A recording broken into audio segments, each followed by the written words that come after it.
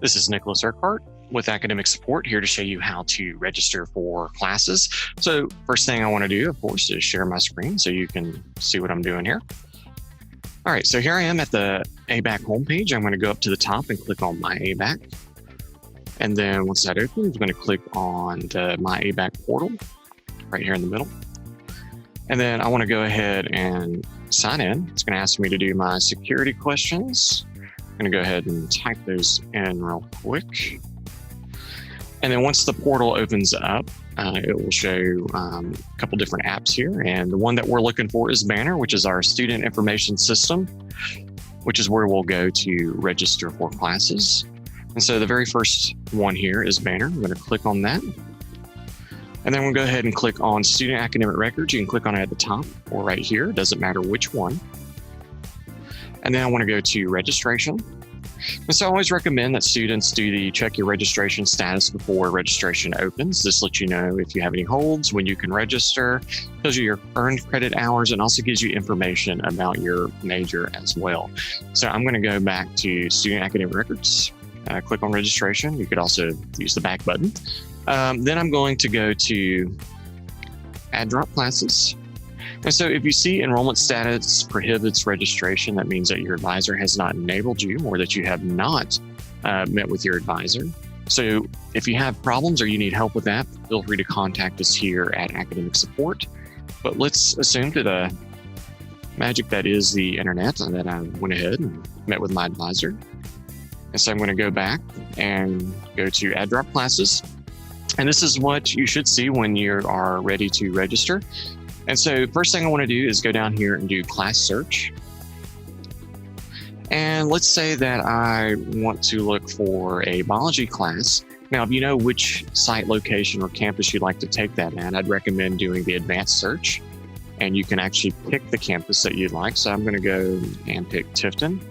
And I know I want to do biology, so I'm going to click biology.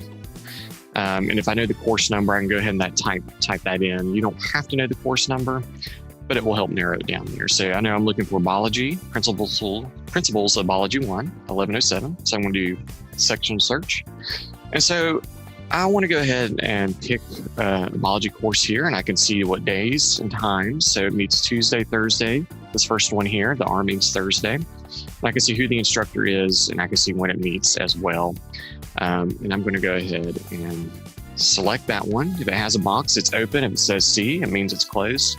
Now, when you're picking a science course that has a lab, you also have to pick the lab in addition to the course, or you won't be able to register. So just scroll down a little bit and you will actually see Principles of Biology lab. So I'm going to scroll down here and I can see my labs. So I just need to pick a lab that does not conflict with a class. This one looks good. That meets on Monday, 10 to 11:50. So I have my course selected.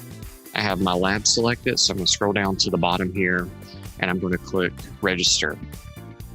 And you repeat that process for each class. So let's say I want to also do English. So I'm just going to go ahead and pick English and do course search. And right here is composition 1. So I want to go ahead and view those sections. You want to pay close attention right here to the campus. If you didn't select the campus, A means Tifton.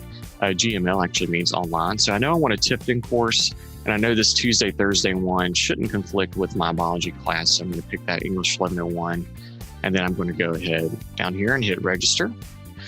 And once I'm happy with my schedule, you can view your schedule or you can print it out as well. So I'm going to go back here to Student Academic Records, click on Registration. And I recommend the Student Detail Schedule.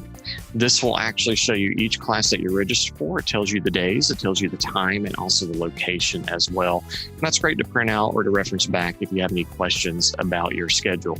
Now, let's say that I wanted to make changes or I wanted to drop a class. So I'm going to go back to Student Academic Records and click on Registration and go back to Add Drop Classes. And then I want to go ahead and select Drop Course from the drop-down menu next to each one of these courses. Let's say I didn't want to take any of those.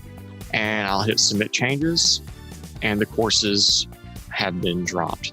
So one other point that you need to take into consideration here If I go back to registration, you can pick your term. Right now, it's automatically set for the fall, but I can go in and do select term, and I can select the term that I'd like to register for. So I can do fall or summer currently for registration. And so that is how you register for classes. If you enjoyed this video or you found it helpful, please be sure to hit the subscribe button. Also, if you need any assistance, please do not hesitate to contact academic support. Our information is right below. And again, we hope that you are enjoying your day. And if you need any help, please don't hesitate to contact us.